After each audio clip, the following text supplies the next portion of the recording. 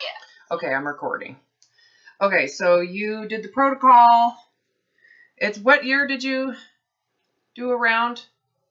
Are you there? Yeah, can you hear me? I said, what year was this? You and your husband did around, and you read Weight Loss Apocalypse, and you did Dr. Simeon's original protocol, lost weight. But you were content, and then here we are again. Okay. The first time we did it without prior to your book, that was probably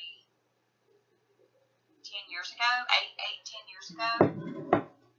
And then with your book was probably 5 years.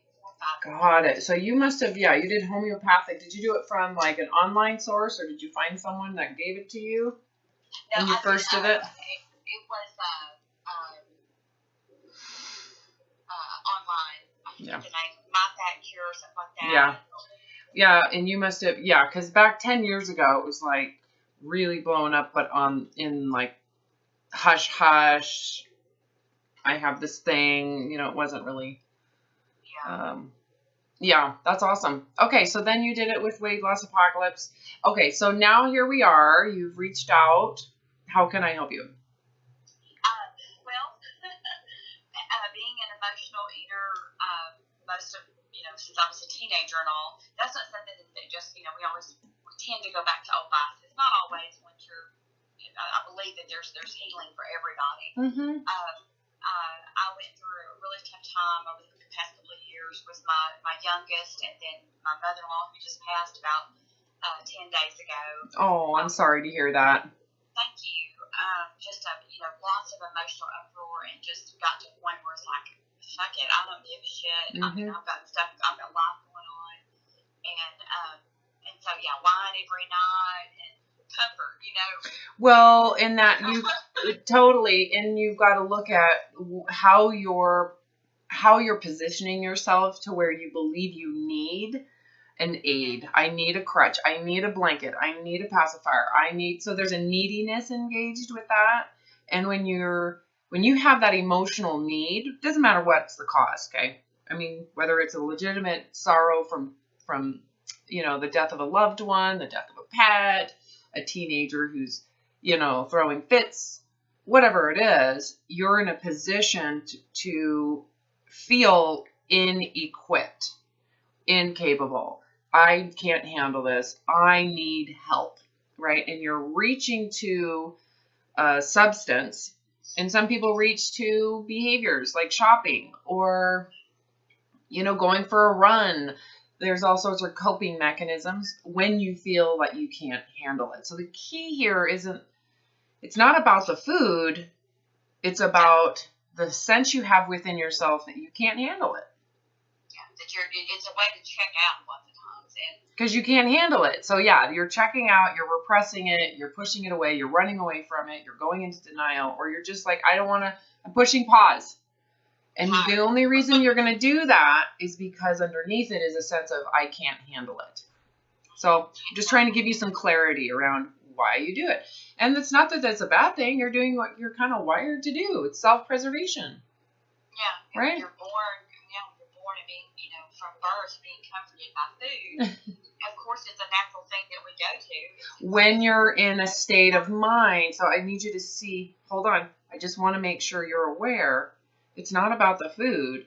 And so what you just said is like that it's about the food. I'm trying to help you so you can see, no, this isn't about the food. It's about your inner sense of lacking capacity. There is a sense of lacking in capacity. So what you do is you gravitate to something you think that will fix things. So when someone is a chronic dieter, what do you think they're going to go to when they feel a sense of lacking or incapacity? Life happens, and they're pissed about it, or in a position of martyr or victim. What do you think they're going to say they deserve? Well, if they've always dieted, then obviously they've struggled with food. They're going to go to food. Yeah. So people who don't restrict food, what do you think? When the opportunity arises, do you think that they gravitate to food? They don't restrict it? Yeah. No. Yeah. Mm-mm. Well, they don't understand Yeah. Well, and that's what I'm like, I'm giving, so I just really think a little bit here. Okay. If you have been restricting food and something happens that feels overwhelming to you, what are you going to go towards? Oh, you're in a rebel. What you feel deprived of, especially if it is something that is important as food. Food is really important. It's the number one survival need with water. Get away from it. Yeah, with water, I mean, we're wired to be concerned about food because of, like thousands and thousands of hundreds of thousands of years of survival mechanisms, right? You're going to die if you don't have food. You're not going to die if you don't have the right nail polish. Right. You're going to die if you don't have food. So it's primal, very primal oriented relationship that we have with food. So if you are being deprived of food, what do you think your mind is going to be thinking about? Oh, yeah, Food. yeah. So is there something wrong with that? If you're being deprived of food and your mind is now fixating on food, is there something that's wrong with that mechanism? Gosh, I'm not sure how to answer that. Well, you have to really think about it. If you're being deprived of food and your mind is now thinking about food because of it, is there something wrong with that? This is not a trick question. It's actually, I want you to think. Okay, I think that there is, because it causes an internal, it's turmoil. I mean, it's constant battle. Okay, and what I'm saying is there's something wrong with that. Because that's how the human species survived for thousands of years, is that mechanism. I think we've made something wrong with that. Correct. I would agree with you. We're designed to eat and Yeah. eat food. And now we're judging ourselves, right? The problem is that we're creating it's kind of like we're trying to create an environment of deprivation while food is abundant, and these mechanisms become triggered. We could say it's promoted. This is a mechanism that has been there under certain conditions. It promotes itself. And so you're creating what's the word? It's like it's not a real famine. We don't have famine, but you're promoting famine in your way of thinking about food. And now you're going to have these mechanisms flaring up, right? Okay. So the problem isn't the mechanism. Mechanism's working beautifully. It's just you live in a first world environment. You're trying to create a third world environment where there's famine and lack of food, and you're eating freaking roughage, right? And so you're living in a first world environment where food is around every corner, living with a third world response to food in deprivation. And so we're demonizing it. You are right on. You said, well, the problem is we are demonizing something that's hardwired into our mechanisms specific to feeling deprived. But the problem is that in a third world environment, you're rummaging, that energy that goes towards food, that fixation on food, is going towards looking for seeds. Like you're putting it into an actual effort, right? Whereas when you're in a first world environment, you have food abundant, you have to hide yourself from the food to create that environment.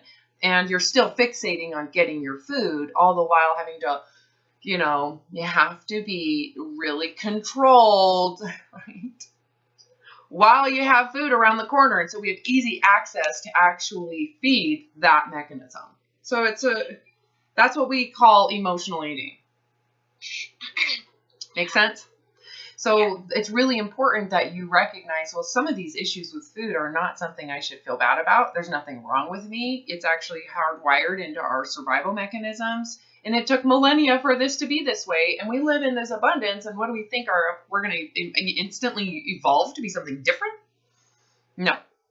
So, I mean, I totally agree with that. Right. So the first thing I want you to do is don't judge yourself. And I'm not in that place anymore. Oh, good. And I'm much better with that. And so, yeah, I don't do the condemnation. Good. That sort of thing. But what I do is still at times the self-destruction with food. Okay, well, that comes from shame. So there is a degree of shame that comes with that. So you do feel bad about it, and you're probably judging and shaming yourself. I don't feel that on a conscious level, but I think the old stuff Yep. maybe still It's in there. somewhere. Totally, because we are so cognitive, we are incredibly intelligent. So behavior with food and how we are with food is actually very much part of our thinking and how we think, right? And so when someone says, I don't know, it just tastes so good, I just eat, it's just like, yeah, you know, you're in denial. You're repressing some truth here. Don't repress it, you know. We're not like that. We're not rats. You'd have to have no frontal cortex for you to be like that, right? Yes. So, and that's how people in addiction are treated, is if you're just straight dumb. No, you're not. There's a lot going on in there, and underneath it all is I have failed. So when you use the terminology destruction with food, are you binging? I don't. I did years ago, and I'll be transparent with you. I am actually a health coach, Uh-huh. and that I will say, you said shame a while ago, that struck me in that because of all the stuff I've had go on the past couple of years, I am feeling right now somewhat of a failure when I teach classes. I do food. I help people. I do a huge emotional component work with my female clients. Yeah. Huge So around not being enough, can't get enough, and all those sorts of things. And in the past 2 years, I'm back in a place I never thought I would be. yeah, this is going to be really good work for you because I'm excited about it. yeah. I'm excited because I just finished the eating psychology certification and all. Yeah, yes, good for you. There's a lot of great knowledge in that. I know exactly what that is. There's lots of validation, and I'll tell you how I just thought about this real quickly. How I got back to you was I was doing a little creeping on some other coaches to see how their websites and all, because I'm working on my website. Yeah. And I came across, I can't remember her name. She's with some place that does your mind body medicine thing. I can't think of her name. Denise. Yeah. She's my business partner. Okay, and that's how I came back to your book. I was like, crap, I've got that on my Kindle. And so, anyway, here we are. I don't know where we were, sorry. But No, awesome. Yeah, and I've looked at some of the psychology of eating stuff, and there's definitely some weight loss bullshit in there and body image stuff that they still hold on to. I think the main guy has orthorexia issues. I'm sitting here on the outside going, oh shit. They have a fundamental awesomeness to it, and then they have their own personal issues, and his girlfriend / I don't know what's going on there, but she definitely has issues. I'm pretty good at that. Yeah. The pearls and pieces, because I've done this stuff for a long time. Yeah. And I'm also a registered nurse, so I got too much of a scientific mind. Right. I always get concerned when they talk about, sugar's addictive, and that's when I went, okay, they don't really know what they're talking about. I just went, I just stopped following them because I just was like, they're not up to date, and they're certifying people. Yeah. But I do love the essence of what they're doing, right? I think it's awesome. So, did you guys study Maslow's hierarchy of needs? No, did in a nursing school. Okay, see, this is fundamental psychology of eating. Okay? They might have, and maybe you didn't, maybe you may not have connected the dots or something, but Maslow's really important when it comes to how we respond to food. Okay? Yeah. I'm so shocked they didn't bring that up. Yeah, no worries. It's not a big deal because I'm gonna go through it with you, and that's kind of where we're going with this conversation. I kind of went right into our primal response to food and the psychology around food and why it is such an important mechanism to survival. And so when you go into deprivation, what do you think your brain's gonna? You're kind of like stimulating this. So it's fundamental psychology with food and how we are. And how our psychology evolved to survive as animals on this planet, right? So Maslow looked at how we behave and what drives human behavior. And he found and created a theory that is still accepted today, and it's actually been expanded on today. I mean, this is kind of old stuff, but it's still amazing that we as humans have survival priorities, and our wiring and our brain function and our psychology functions to prioritize the most important survival needs before anything. And how our brains work is we focus on that need and we prioritize it before anything else. And our brains won't release from it until it is secure. Right? Right. And I do remember Maslow's from nurses. A while ago we cut out or something. But... Yeah. This is really important because I'm going to tie this into what's going on with your dieting. And this is where Maslow didn't do this. Okay. So and then there's some actual new stuff talking about, okay, so the foundation of psychology is our physiological needs. So what we're aware of would be, do I have access to clean water? Do I have access to food and air quality? Like if you're in a space where the air, you're going to be obsessed about getting away, right? So when it comes to food, what they found is it's not just access to food. We are very sensitive psychologically to perceptions of, so these are little notes. If you're going to write notes, this would be a moment, bullet point. Do I have access to food today? Like, can I eat now? Is there enough? Do I have enough for my family? Right? Is there enough? So you can have food, but is it enough to get through the day? You know, can I get more? That's actually really important, that we're conscious of the ability to get more food, that it is going to come again and come again and come again and come again. Right? So that would be why we preserve, the need to preserve food, and why people do canning, and, you know, how important that would be in the winter months to know how much do we have. Like, our brains will fixate on it until we feel that we have enough. And the fourth and really important is it safe? Is it safe? So if you're here or somewhere that's not safe to eat, your brain is going to go right there. It's going to latch onto it, right? Dangerous. That's dangerous. Don't touch it. You know, even if it's, so for example, we could say, well, those berries are poisonous. Well, they're actually not poisonous if you eat one or two, but if you eat 20 of them, you're probably going to puke and have diarrhea and could have serious problems. So it's, you got it. So our brains aren't wired to go, oh, well, it's dose dependent. We're going to go all or nothing with that. Don't touch it. It's going to kill you. Don't even walk near it. Right? Yeah. That's how sensitive this is. Okay? And if you do not feel safe in those areas, your mind is going to become very tunnel vision towards making it that way. That's how it works. So, and it's more important than your environmental safety, because that's the next tier up. So if your food, water, your physiological needs are threatened, you're not going to care about sleeping at night. You're going to be obsessed around making sure you get food. The next level is, do I have a restful place to sleep? Do I have health care? Do I have the proper attire to go out? Right? So then the third level up is our, tribal pack animal needs to survive. And what they found is, through evolutionary psychology, is that we are wired to feel life and death threat if we feel that we are going to be abandoned or rejected.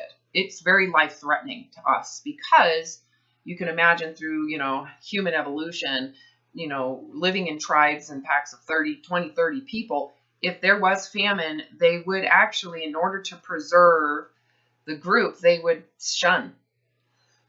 If you were sick, they would stop. They wouldn't use food on someone they knew wasn't doing well.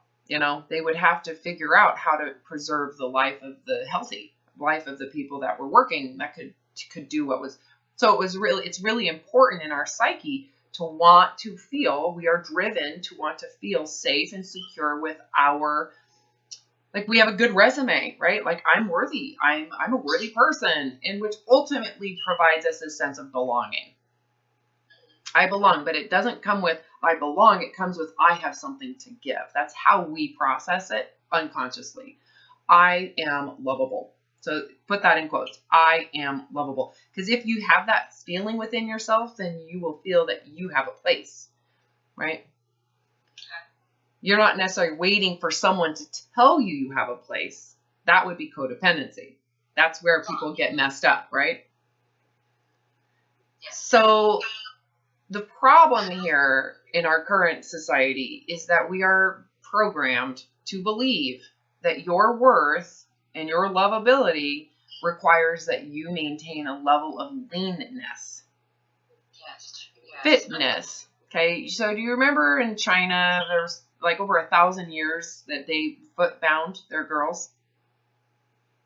Because their value and their lovability was attached to the smallness of their feet.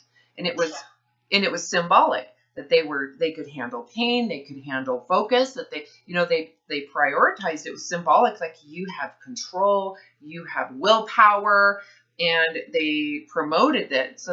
So to where a woman whose foot was about 3 inches long was seen as like, oh my gosh, she is amazing. And they would, if your feet were around 5 inches, you were seen as, oh my God, you don't have self-discipline. So they stigmatized girls that had feet that were 5 inches or more. It sounds crazy, but the same thing goes on in America. Well, it's called thin supremacy. Thin supremacy. Have you ever seen any of my YouTube videos where I talk about thin supremacy? As I was watching several videos the other night, I saw that. I didn't look at that when I was seeking out. That's fine, but it's true. You feel the truth of that. It's like, holy shit. That's a no-brainer to me. That just makes, like, ding, ding, ding. Truth. So much obsession with it. It's ridiculous. Well, it's no different than going to China and being obsessed with the size of a woman's foot, and then if your feet were, you would have been ashamed. I'm pathetic. I can't handle it. I need to get better straps and wrappings, and the way we do it in America is we call it a diet. It's like your body binding with food deprivation.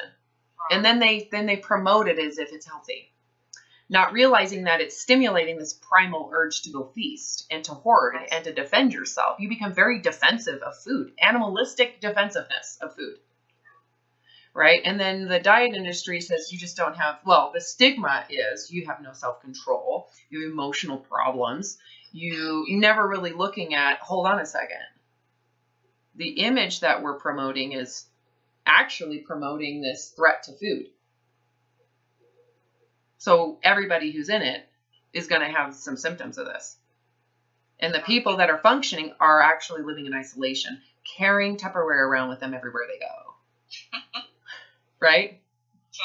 And we're promoting them as if, oh, look at how she's controlling her. Oh my God, she's magical. So we promote, there's this symbolism of, it's really narcissistic. It's supremacy, thin supremacy. You are superior when you are healthier. So we've taken health and warped it into a narcissistic belief system. So when you look at this basic fundamental need, what's going on is people are taking that third hierarchy of need, which is less important. It is important, but it's less important, and they're making it compete against the most important psychological need. Okay. And so you have what I call a form of Stockholm syndrome. And that's what happens in Stockholm syndrome. Your need to be accepted by your, husband, you want to call it battered wife syndrome, which is the same as Stockholm syndrome. Basically, you have to meet his physical sexual needs standards. And if you do, you'll go out on dates. If you don't, he won't talk to you. That's obviously an extreme abuse environment, right? But that's how women treat themselves.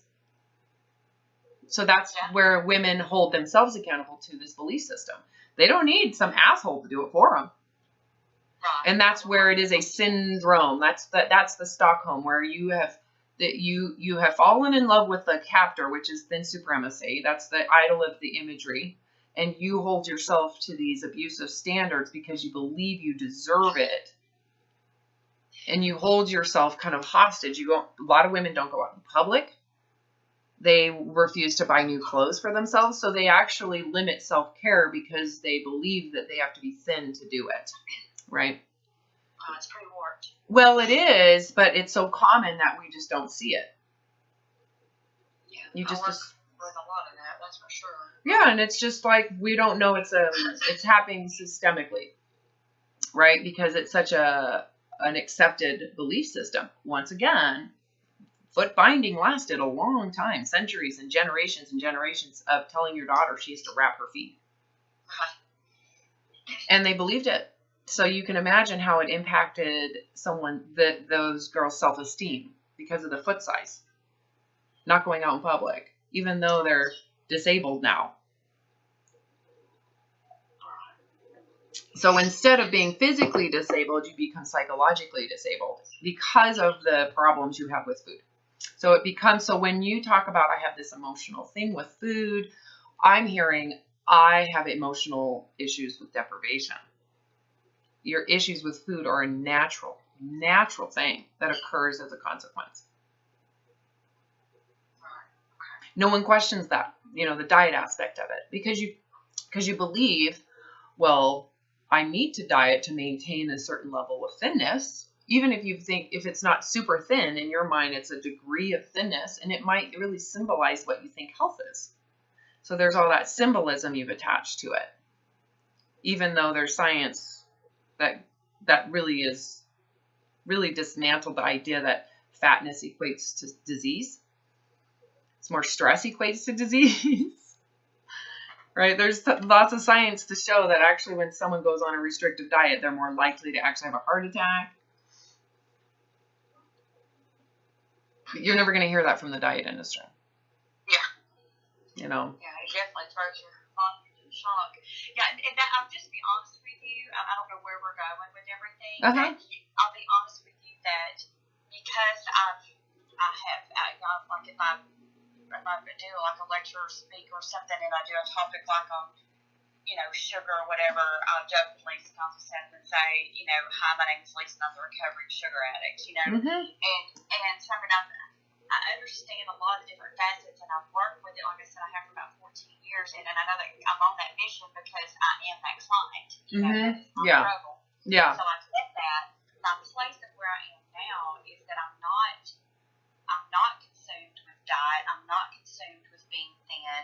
It's just that I have put me on the back burner and not cared for myself the past couple of years the way that I need to and want to, and not from a standpoint of being a size 2 or I don't weigh myself. I usually go my clothes fit. Okay, so you're body checking still. Okay. Yes, my joints are inflamed. My Well, of course. so that is where I am, and that I need to get on a track of being aware again of what I'm doing. And yes, I want to lose some weight because it's affecting. There goes. How I feel. Yeah. Well, yeah. I'm not size 2, and it is interfering with my self-esteem from a standpoint of worthiness to keep coaching my clients because now I'm back in that struggle. But it continues to make me relatable because I'm freaking human.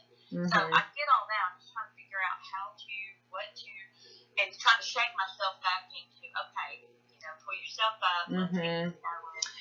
Got it. So what I just heard is that you kind of have improved your issues, but they still exist. So they've been a lot worse in the past. Yes, I've had years of doing fantastic and not even focused really on food, just being aware of when I'm hungry versus when I'm, not hungry anymore. Got it. And I've just kind of checked out again, gone back. Got it. Well, that's what happens when you still so I want to make you very aware.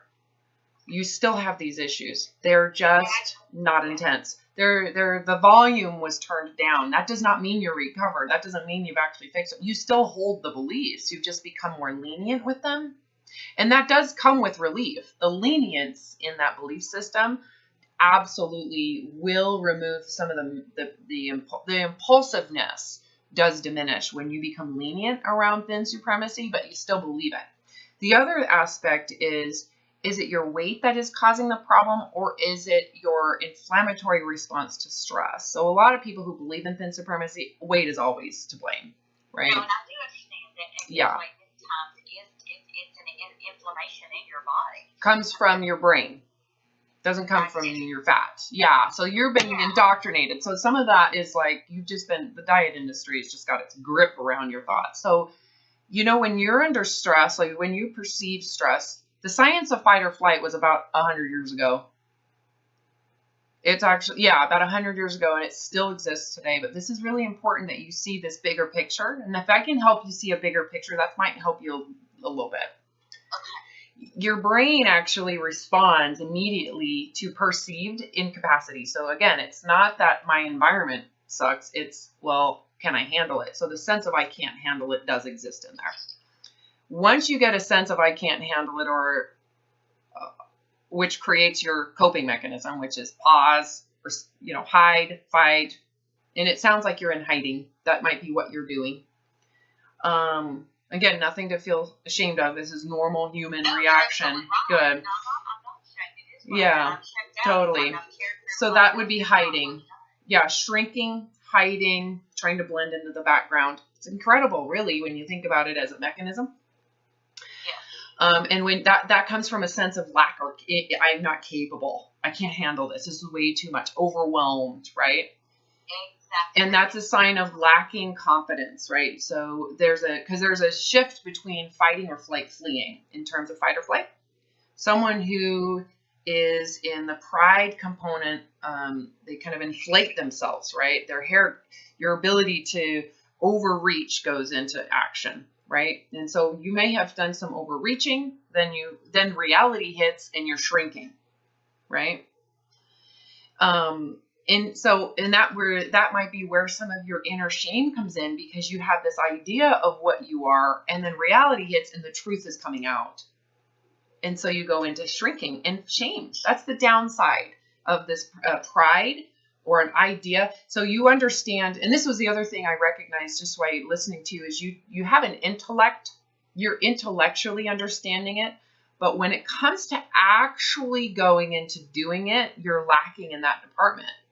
So because it doesn't translate emotionally. Your intellect does not translate emotionally. It doesn't. You can have books read, you can have a PhD, and in reality, when it comes to actually dealing with your animal response to this stuff, your intellect goes out the window. Yeah, there's a disconnect. Totally, because it doesn't translate. Your fight or flight response basically is what's actually running the show, not your intellect. So that's where a lot of people who get pride out of their intellect and knowledge and studying, who really don't get it intrinsically, hide, because you have this promoted concept of what you're capable of and what you're helping people with. And then when it comes to you, you can't do it.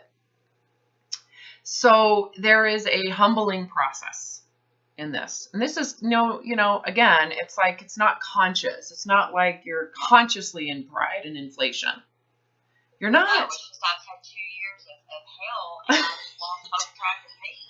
Totally. Exactly. So your own ability to process the truth is coming out. Like, holy shit. Okay. Obviously, if I was in a vacuum, removed from all reality, I can handle this. When reality hits, I can't do it. And then we go into shrink, right? So that, again, the shrinking aspect of what you're describing to me is a sign, not only that you have shame, but that you're holding yourself to some concept that requires you live in a vacuum.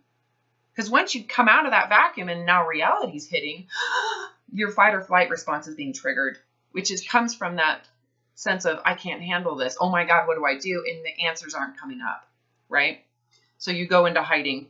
So, and I would do the same, right? You're doing what you're supposed to do under the circumstance, you're doing a good job. Yeah, we all have limits. We're human. And you got it. I had maxed. You did it. You hit it.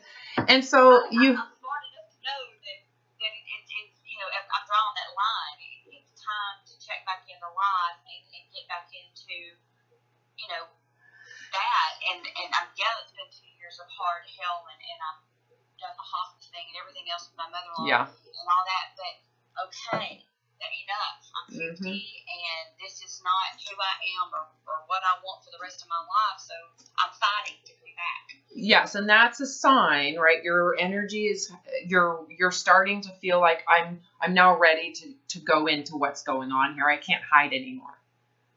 I need to open this up. Yeah, I need to open this up. So, what was my point? Oh, fight or flight response. So the first thing that happens to our psyche, this is physiology, is your, obviously hair can go on end, and obviously this isn't all or nothing. There's like a volume control. So if you are really in, like, you're gonna die, your hair's gonna stand up on end, you're gonna have cold sweats, heart's gonna come out your chest, you're gonna start breathing really shallow. But what goes on, your eyes become dilated, you become tunnel vision, your whole brain becomes hyper vigilantly focused on one thing,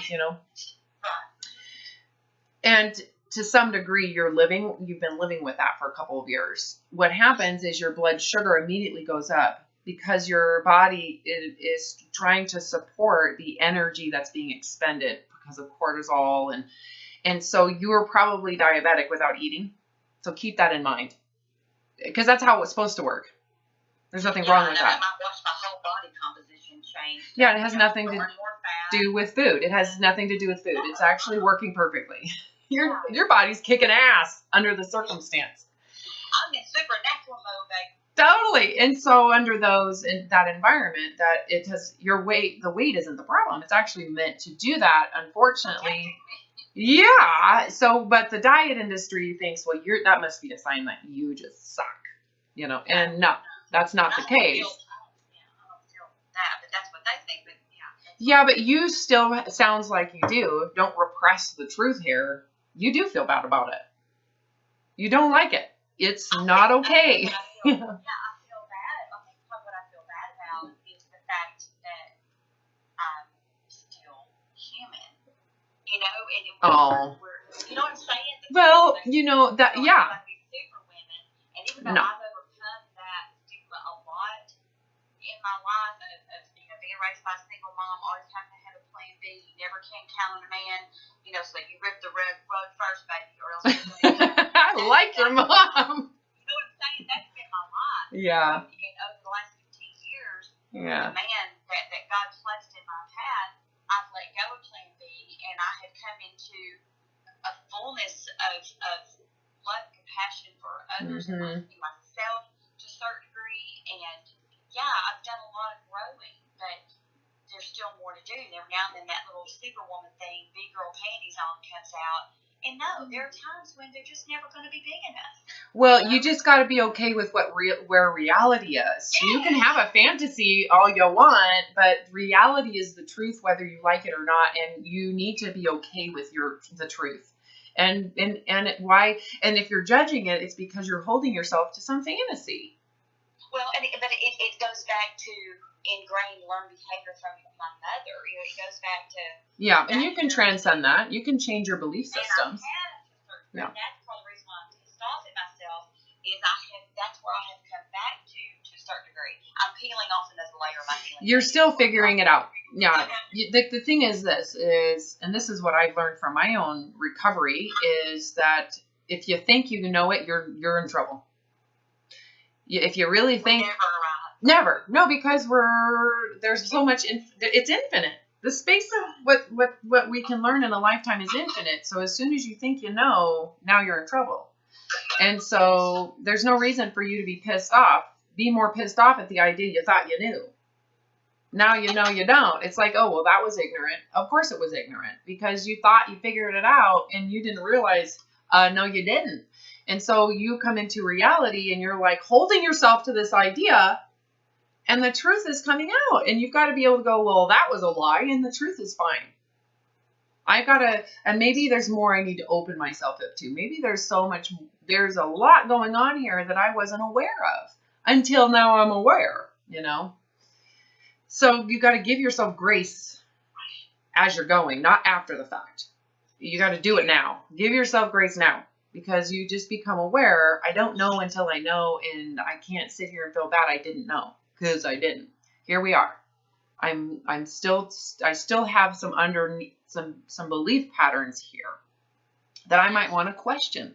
I haven't questioned these beliefs.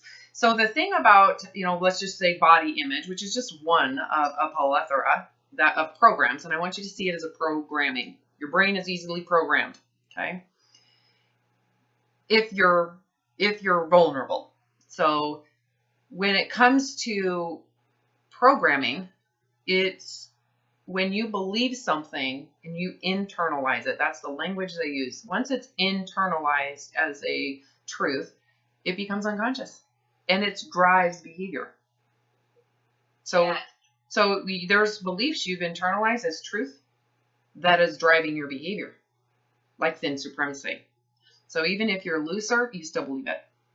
If you didn't, there wouldn't be this idea. So one of the things too with people who rely heavily on food, it's a sign that you believe there's a famine. You're either breaking out of a famine or a famine is coming.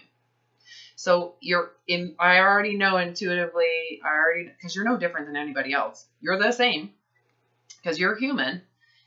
You knew you were going to do some type of fasting before you started eating. And why would someone do that? Like, what are they trying to keep balanced? If I know, screw it, fuck it, I can't reality. What are you saying fuck it to? Well, probably some form of restriction. Even if it's not radical, you're still restricting something. Then you're probably in your mind saying, and I will fix it later. So I will go back to these controls when I'm ready. Okay. Right? So why would you do that? Oh, well, because you have a belief of body image you're holding yourself to. So you're combining these things. And this is where I believe it is a syndrome, because it requires not just one thing. It has to be a combination, of not just restricting food, but the holding yourself to some idea of body image. And it's usually around some form of, you've probably attached it to credibility. That's usually what happens in the health industry, is the concept that I have to hold my body to a certain level of health to be credible. Personal trainers have very similar issues. And so, if I have an identity as a health coach, I have to represent what that is. And so in our culture, it is absolutely, definitely defined by the way you look. You have to look it. So because we're such visual creatures, our eyes are the most dominant sense that we have that we're overusing, really. Right? So when you, more than likely in this process, this stuff skates by unconscious because you just hold yourself to that belief. It's dogma. Do you know what the definition of dogma is? I haven't thought about it in a while, but... Yeah, you probably get the essence or the concept of what dogma is, but let me give you the actual, because it is brainwashing is what it ultimately is. Dogma is a unquestionable truth given to you by an authority. So it's someone you've given authority of the truth, and you just internalize it. It's true. You no questions. No question. You cannot question it. Unquestionable truth or set of truths given to you by an authority. So you're giving someone authority over what your beliefs are. So something like thin supremacy is that. At some point, someone said it's an authority. It is true. Thinner women are superior. The concept of health, right? Of physical body, superior. Right? No one questions it. So if that becomes internalized, you will never look at that as maybe the source of some of these issues. Not all of them. Of course, not all of them, but some of them for sure. And then the consequence is that now you have a dysfunctional relationship to food that may not have anything to do with body image now, but it has a lot to do with the consequence of restriction. So it's this back and forth between fixing it, letting go, fixing it, letting go, fixing, the balance between, just what you've attached the food as in terms of a weapon or shield emotionally in your life. So I always can say, well, for someone to have emotional eating issues, they have to be a dieter for one. Okay. So that has to be addressed because there's always an impending famine for you to have to stay thin, which promotes a more exacerbated issue with the food, right? Because you're triggering your primal behaviors. But then there's all these other attachments to food that have been created consequently. So it's consequently now, because of that, you've attached food to be a safety net. It's your whoopee. It's your pacifier now. So when you have these, triggers or feelings of inadequacy, we can say for you, it's like a shield for you. It's like a cloak. Eating food gives you that pause button. It gives you that moment to say, I don't want to deal with this shit, and I don't want to feel restricted.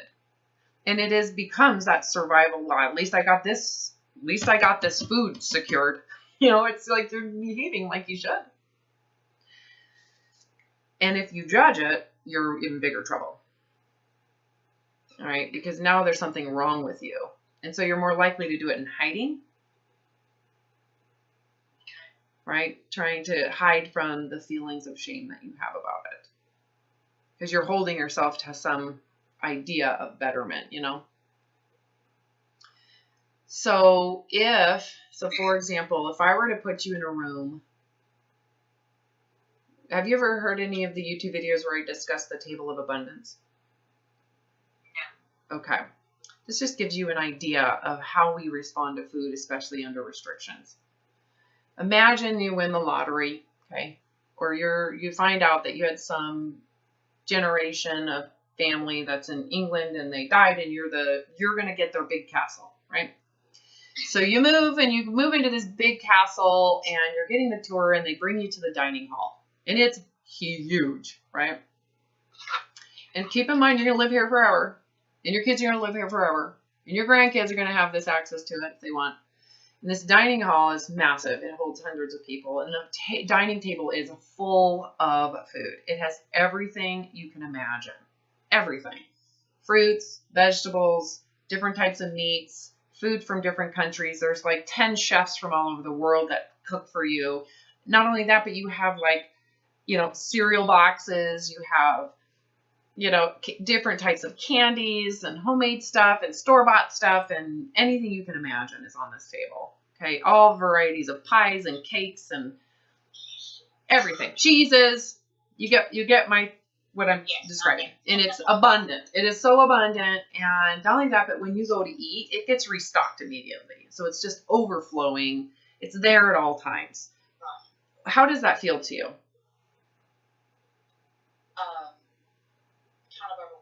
Yeah, good job. That's common. It's almost gross. Like, okay, I can leave the room now. Yeah, I don't need to stay. I can leave now. Yeah, the overwhelmed, it almost, for some people, it's like, oh, I can't even, right? So that's the table of abundance. And so how often do you think you'd go into that room and just, when you're stressed, if you know it's always there, it's never going away, you eat the pie, 5 more pies show up. Every day, all the time, no reason whatsoever. How often would I go in there? Yeah, what's the likelihood you're going to use that room under a stressful situation, knowing that it's there all the time, even if you're not stressed? I don't know. I don't know, because right now I'm like grossed out with the thought about it. What, right? Well, if you just sink into the thought, there's no rush. Sink into that thought and be realistic with how would you really respond if that was there at all times? Would it really be as appealing to you? Probably not, because it's readily available. All the time. You don't have to have a reason. So when someone eats emotionally, you know what that tells me? They're eating food that they have to have a reason to eat because it's bad food. Okay, so that's immediately, right? You still diet. You're just not, it's different. So now I want you to imagine like, would birthday parties be such a big deal? Would birthday cake be such a big deal? If you can have it all the time, how much of it would you really eat? Yeah, that's right. So when you think of this concept of addiction, does that even connect? All of a sudden, it's like, well, no, why would you do that? Gross. Right. So it's really not an addiction. And I don't really look at it like it's an addiction either. Yeah. Well, you can see that, someone who is in chronic deprivation, who thinks it's going to go away, they're going to have this magnified response. So here's how you can relate to that. So imagine next door is the dieting room. So when you're on a diet, you sit at this table. It's really small. Just imagine Don't forget that big table of abundance is always there. Okay. So there's the dieting room, and this table has, you eat at certain times, you eat certain amounts, you can only have these types of foods, and they claim it is healthy, and it's all pure, and it's so clean, and whatever you want to call it. And and that's it, right? So if you lived at I call it the table of deprivation or dieting, the diet table, what would happen when it's your birthday and you want cake?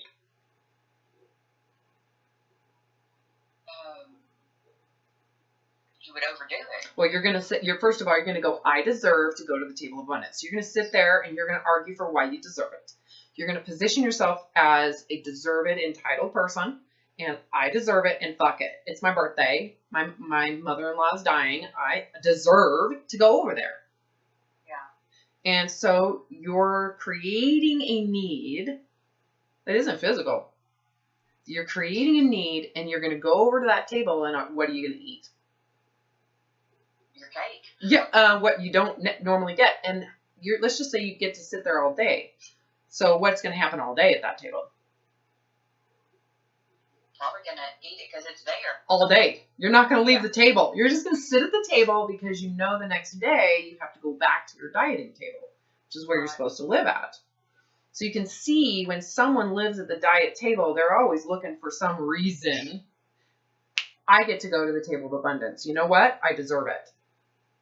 And can you see how then we can just say, oh, that's emotional eating, not realizing that, you know what, if you just get rid of the dieting table permanently, you're going to live at this table of abundance, and all of a sudden there's no negotiating. So if you don't have to negotiate for the food, what happens to the power and emphasis backing that food consumption? Yeah, it diminishes. It spreads out. It's like it depressurizes because there's no time constraint. Time constraint's a big deal. Once you put a time constraint on food, you're going to fill up that time with food. That's primal work, working great. And that's what's hard is that I've not really had that issue in several years, and I've been fine. Well, what it tells me, having different things, but just not overdoing it, and then under intense stress and pressure. Well, what does this tell me? Well, what'll happen is the truth comes out. So the truth is starting to come out. So you were probably managing it, and it was easy for you to manage. So once the pressure builds, now there is this need to let go of whatever you were using as a controlling mechanism. Yeah. Right? So we could say, well, of course, the controls were far less than, let's say, the HCG protocol, which is you're walking on eggshells around a binge, right? So when you come out of it, you might have said, well, I just eat low carb, or I give myself some leniency. But as soon as the pressure builds, you're going to sit at that. You're spending way more time at that table. And that's an indication, right? There's an indication of something going on in terms of the restrictions that you might have lived with easily in a vacuum. Because you're removed of it. And then the other part of this is, did you get any gratification or pride out of the ease of maintaining your weight after the protocol? So that I've seen come back to hit people.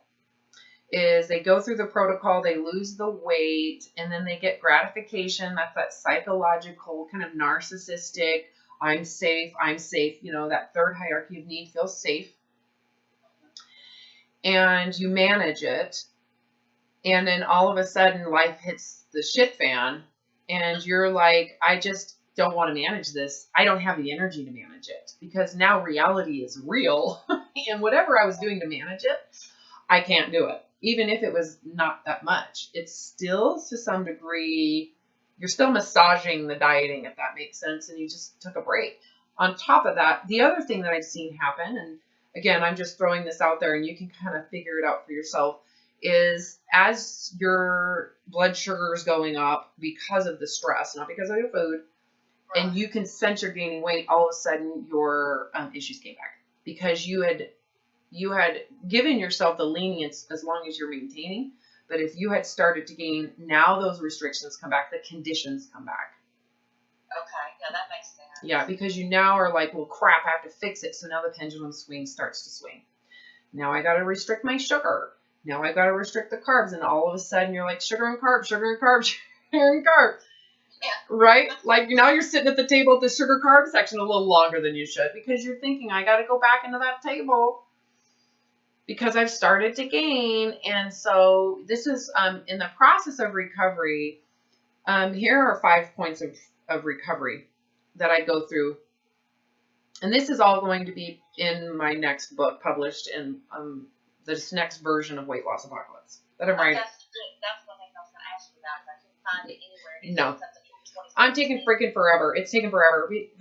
But it's because I'm in reality. I've got 3 kids and a freaking dog. And it's like when I wrote the initial Weight Loss Apocalypse that you've read, my husband was at home. The kids were young. He was taking them places. Now he's working. I'm at home. And it's just totally different dynamic. But I'm also really taking I want to make sure that I'm writing this in a way that's understandable. So you're kind of getting information that's in that book right now.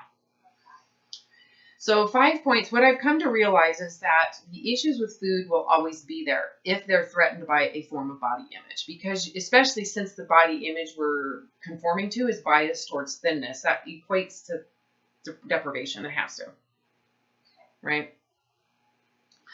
So these are points at which people come to me and they don't necessarily start at the first one. They might start at the third one, so that's why I put them as points. But in general, they work in this order. So the first point would be you have to surrender and let go of the concept of being thinner than you are. You've probably already done that. Like you said, I don't care about the size 2 anymore. You've let that go because that immediately pressurizes everything. The concept of being thinner than you are is like, now there's pressure. So you have to surrender to, in reality, that you'll never, ever, ever be thinner than this, which requires the second point kind of simultaneously. You have to be okay with what you have, right? And so the clients I work with who are 300 pounds have to accept that their thighs rub and they have skin folds and they, so it's simultaneous. I'm never going to be thinner than this. And I have to accept what I have. That's not easy. The third point is the potential that if you surrender all of this, that your body could naturally be bigger than this. So when I work with an anorexic, they start here. I will be bigger. Yes, you will. Yes, you are. And even for people who are coming out of the diet phase of their binge purge cycle, you're going to gain weight. You get done with the HC protocol, you're going to gain weight.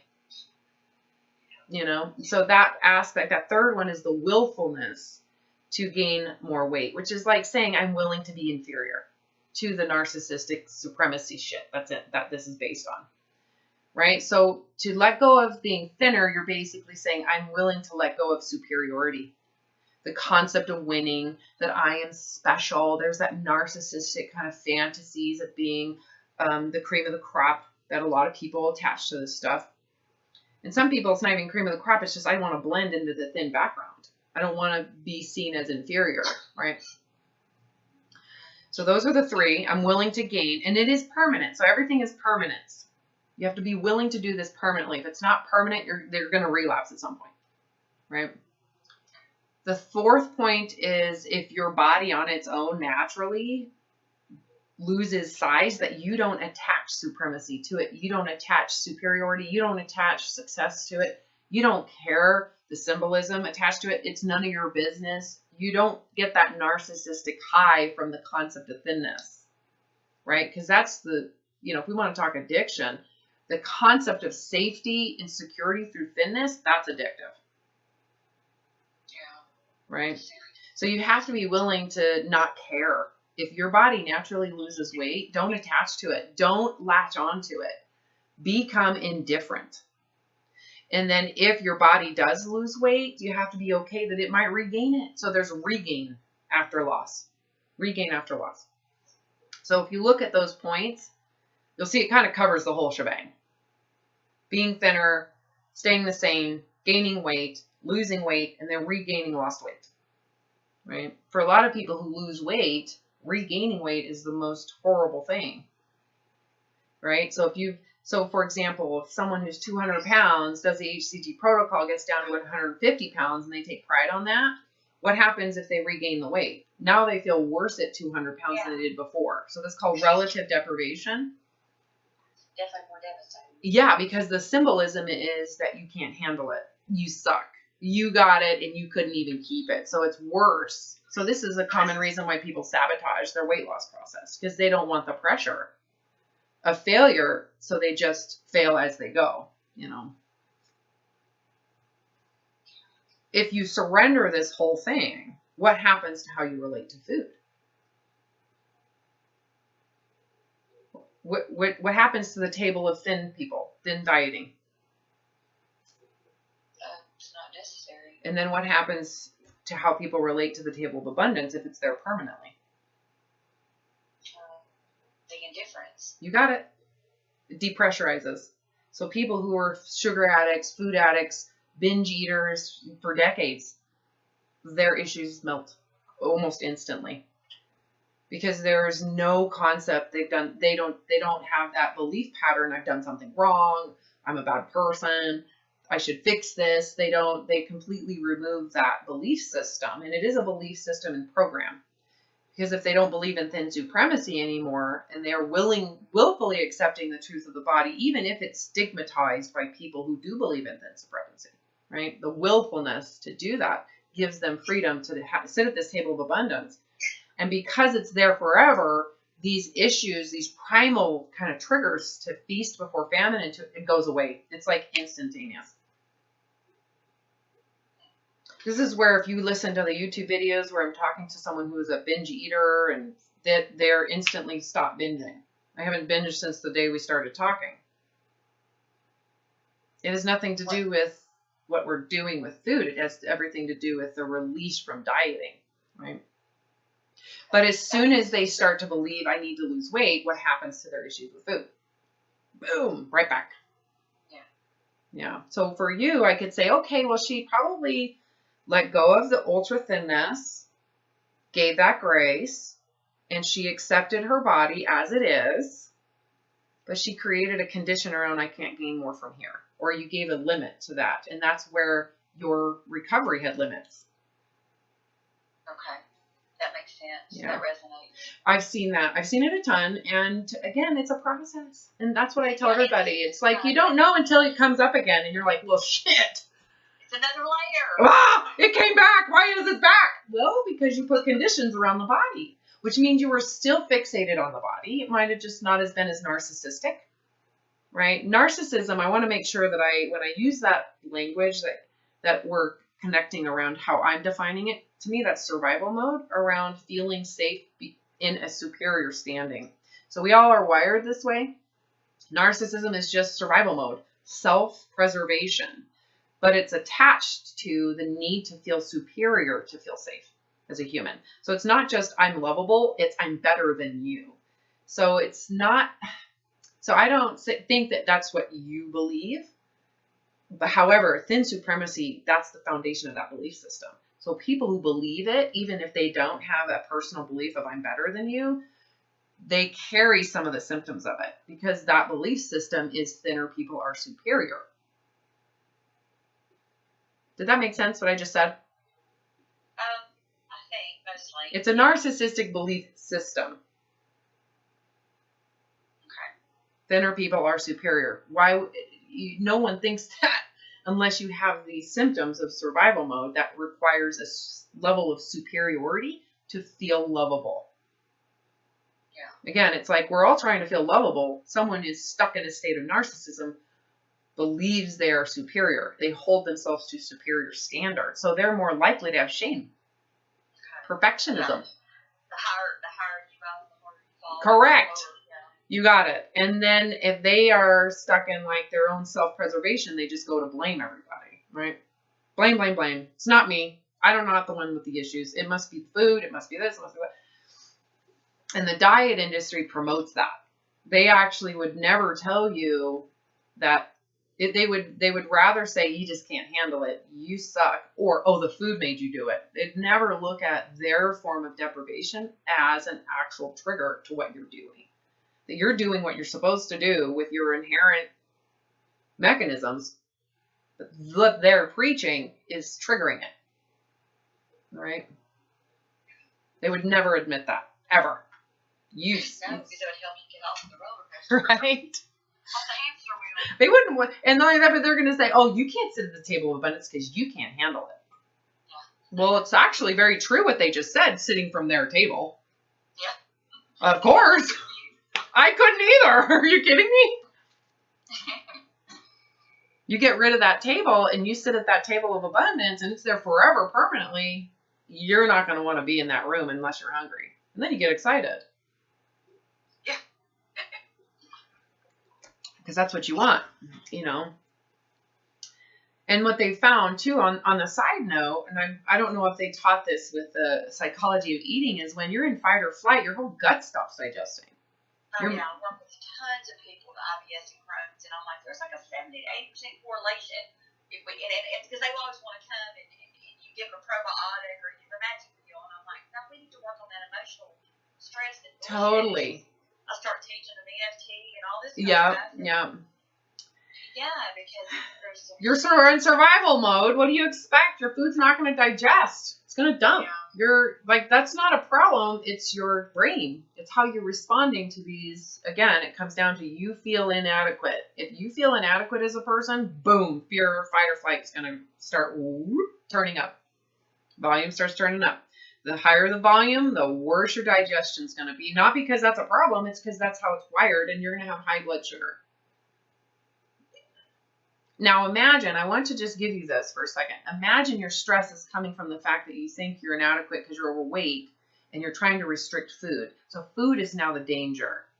So you're having fight or flight response while you're eating food because you're afraid of the food you're eating.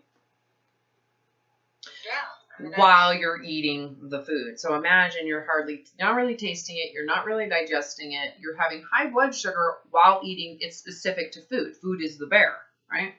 So people who are dieters tend to have fight or flight response with food while eating it. Which is so horrible. Yeah. Because then you get no nutrients from it, and your body never registers that you've really eaten and that you're full. No. But yet they're going to say it's the food that does that. Never looking at the fact that you're fear-mongering that food while someone's eating it, and they're carrying loads of shame while they eat it.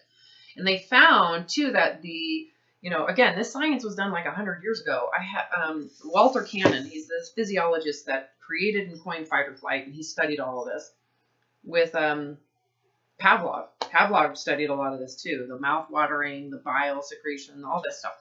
And if you're doing this while you're eating and food is the threat, imagine what over a chronic period of time what's going to happen to their gallbladder, to your, what their entire digestive tract. And then the diet industry is saying it's the food. It's the food, which is promoting and no one's looking at the fight or flight response. Your primitive being, is it really diabetes or is it stress?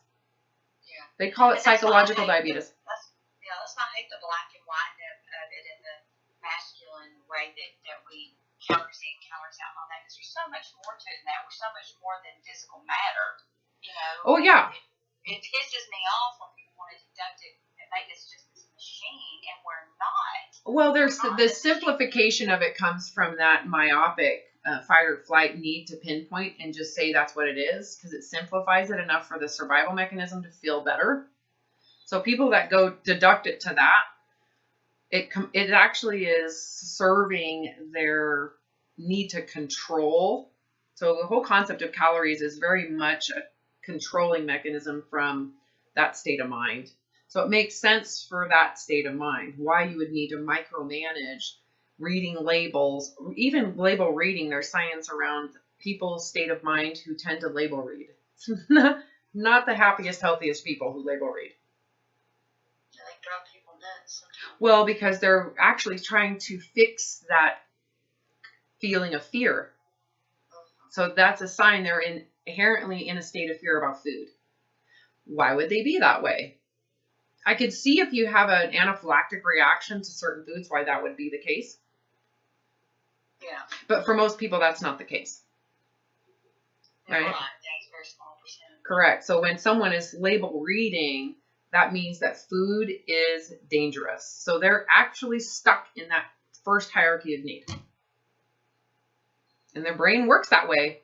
That's how I would work. You would work that way. It would be really important to count calories under that circumstance. If we believe that if we can manage the energy fueling mechanisms, then we'll be safe. Then we're going to be obsessed in writing calorie charts.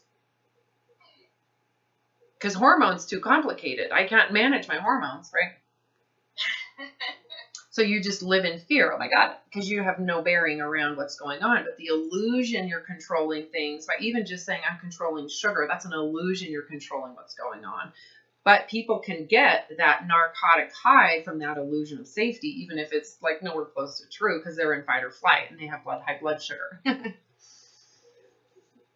You know what I'm saying? So back to you, because I think this is really what I'm trying to present to you is information. And from you there, you can go, okay, I can see what I need to now go in and resolve. So it could be that you need to resolve, and this is where it's not easy. So we're going to go against your belief systems. Because if you believe, I really want to get back to that weight, in your head, your brain is latched onto it, you're basically saying, I need to get back to that place where I felt safe. I felt safe here. I felt safe there, right? And so what will happen is you're going to position yourself to feel that what you have is catastrophized. So it serves that desire to catastrophize your current state. Did that make sense? I think so. I mean, it's just for me, I'm not trying to get to a number. It doesn't. I want the inflammation to go away. I want to So feel better. the first thing you should do is accept so inflammation is not going to go away if you think your body is your bad guy. So what you've done is you've taken the body and it is the bear. I don't guess I understand that, because I'm not thinking my body's the bear. I'm thinking because I've been out of control and checked out and in stress mode, my body's pissed off. No, it's not. It doesn't. No, it doesn't. No, that's not how it works. Okay, so you're projecting onto the body, right? You're projecting onto the body. That was a projection. So you're pissed off. You're projecting that, right? So let me see if I can help you open this up for you. I understand. I mean, if I'm not, so for example, what if I were to tell you there's nothing wrong with your body? Okay, so where I was headed, imagine that you're in your car today and you make a free right turn, someone blew a red light, you get hit, okay? And in the case, glass flows into your eyes and you're permanently blinded forever. Okay, this is happening today. Now how would you feel about your poopy feet? My what? Your poopy feet, your edema. Well, I'm not sure how to answer that. You're saying you're permanently blinded. Okay, so I would be more focused on being blind than my ankles hurting when I get out of bed? Well, what would happen to if your body, let's just imagine your body's going to be this way forever, but you're blind and can't see it, right? Just go into what it would be like to be blind. Okay, I can't see, but I can feel. That's where Yeah, but go into the reality of what are you going to do about it? What am I going to do about not being able to see? No, you're feeling like you can feel what you're feeling, right? If you went blind and could not see, you can't see someone else, you can't see your body, you can't see what's going on, and you're just in the body, right? No more sight, no more vision. Right. Would this change a little bit? Would you feel, would how you perceive it, how you react to it, would it change? Well, I'm sure that, because I've been blind. I guess I'm not understanding that if someone's in pain and their body is hurting, and even if you're blind, you're going to still feel pain to a certain bit, but you wouldn't be, I suppose you're trying to get me to say that I wouldn't be as focused on the pain? No, that's not. I'm trying to get you to just go into the reality of what would it be like. Think about how would you manage that? If you wake up and your body has feelings, because you're feeling the body, you're actually feeling the body, right? Physical sensations. And we could say it's not the body that is the problem. It's the state of mind and your behavior as a consequence. That's a problem. So the physicality of the body is doing what it's doing because it's keeping you alive. And so with that said, let's just go into something catastrophic happens. Is this really a catastrophe? You know, your ability to sit with it would change, right? Yeah. And not only that, but it would be very difficult for you to manage it, because how do you manage that? How do I manage? How would you manage, right now, these physical sensations that you have? I'm not sure it would be any different whether I could see or not. It would totally change. I just know it. What you're having a hard time with is going into it. You're kind of, yeah, no, I get what's happening. You're kind of having a hard time adjusting outside of it. So let me use a different example. It's because if you're not adjusting out of it with that one, if you got, I guess I can see where you're saying where you're getting at. It wouldn't be as important. No, it would lose all importance, and it wouldn't be catastrophized, and it would actually naturally, because you wouldn't catastrophize it, it'd probably go away, and you wouldn't be dieting, that's for sure, because that becomes so irrelevantly dumb. That makes sense? So it takes everything and it actually puts it into perspective, right? Because when you're in this state of mind, you're catastrophizing your state of the body. I mean, I got 400-pound clients, right? Your perception of it is the same as theirs. It's catastrophized. It is. It still feels like shit, right? I'm not saying that it's not. It does. It feels that way. And physically that manifests. It will, because your body is your threat. It is, I don't like it. It feels uncomfortable, right? So what are you going to do about it? You could say that there has been a step of events that has promoted this physical outcome, correct? Yes. And as you were doing those steps promoting this outcome, where was the resolution as it was occurring? As I was doing these steps, yeah. promoted this outcome, where is the resolution? Why didn't you resolve it as it was occurring? Why did you wait for it to be this way to finally decide this is bad enough for you? Because we don't usually take action until we're in discomfort. So whose problem is this? It's mine. Correct. That's what I'm trying to fix. Well, of course, but so this is a common way. So what commonly happens is we go into blame the body and how we feel that it is a problem. No, I'm not blaming my body. It's a set of symptoms that I'm struggling with, and I know it's my fault. So what if you were to just how to get out of it? Just let it be? So what I'm telling you is the first thing you need to do is not fix it, because when you fix it, you wouldn't have done this if you knew it wasn't going to get fixed.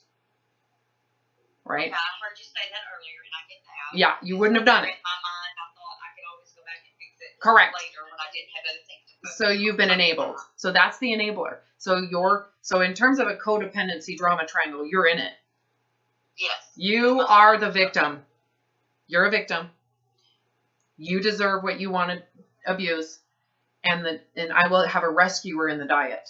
And so here we are, and now you're a victim of the consequences. And trust me, when you re-listen to this, you're going to hear the victim come out when you said, but I'm in pain, and I'm this, and I'm that. Yeah, you're a victim. I'm trying to fix it. I don't Yeah. want to be a victim. That's not ever been Well, but you are. So imagine if you had to stay in this permanently. Yes. Now how would you feel? Pissed. Yeah, Pissed. that's unacceptable. Just like I tell my clients. Yeah. Well, what if it is acceptable? What if there is no resolution?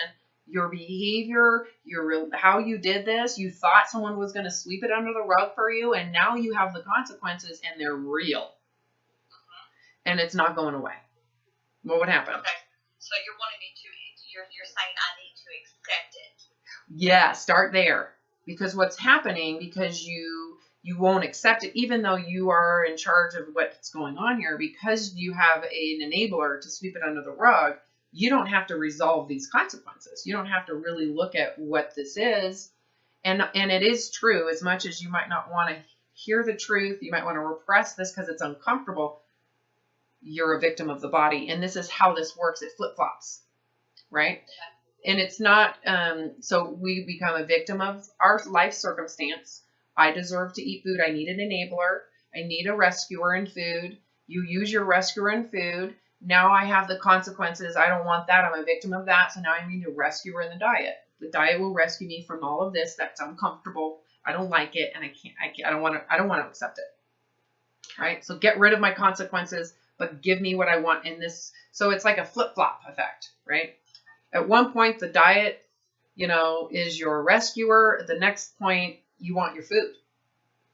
And this is kind of like, remember when I said you're playing the third hierarchy against the first hierarchy? You're always going to get your food in the end, right? And so right now, in terms of like an eating disorder, this is like when rage can come up. People become very, if you get rid of the person's diet or their purge, they get pissed.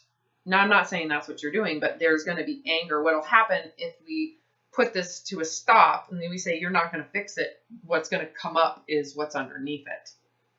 Right? So by going back on a diet to fix the illusion of the physical problem, you're distracted from what's underneath it all. You're brainwashed. You're being easy to manipulate because you think the body is the problem, right? Body's not the problem. You actually don't have a physical problem. Body's doing great. It's just out of your comfort zone in terms of what you feel you can tolerate, right? So by breaking out of, like, by not giving you a fall guy, right? By not dieting, what do you think will happen? What's going to bubble up?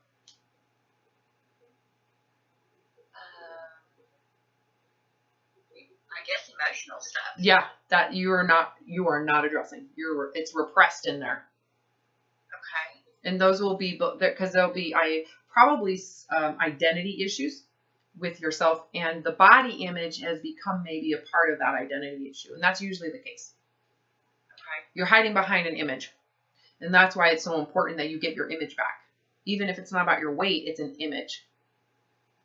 Body checking. You're still concerned about your clothes. It's a body check, right?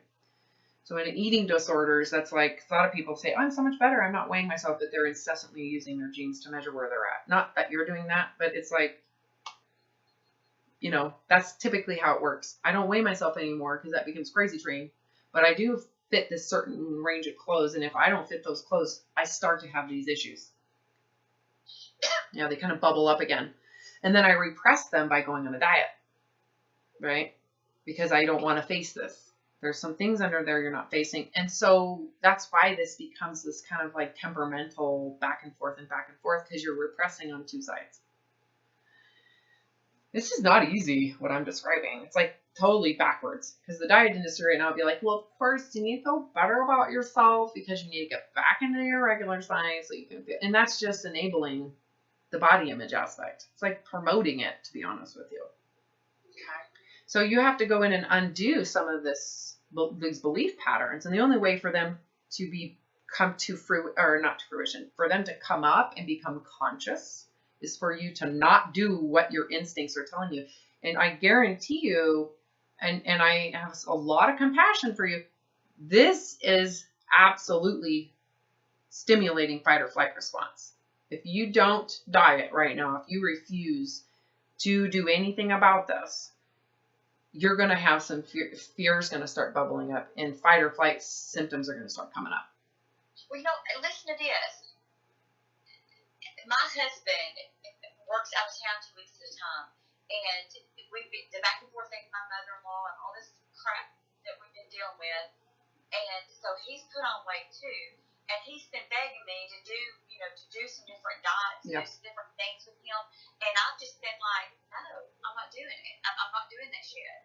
And so, like, I have been resisting it. Are you relying on the HCG protocol? Because once someone's done the protocol, it's really like, why do anything else? It's ridiculous. Well, no, because I'm going to tell you, I had tried to start it again with him, I don't know, maybe a year and a half ago or something. Mm-hmm. And I just couldn't do it. I could not do it. And I've never had an issue with it before. I've done it twice before. I've had issues with cheating. You know what? I think you're just evolving.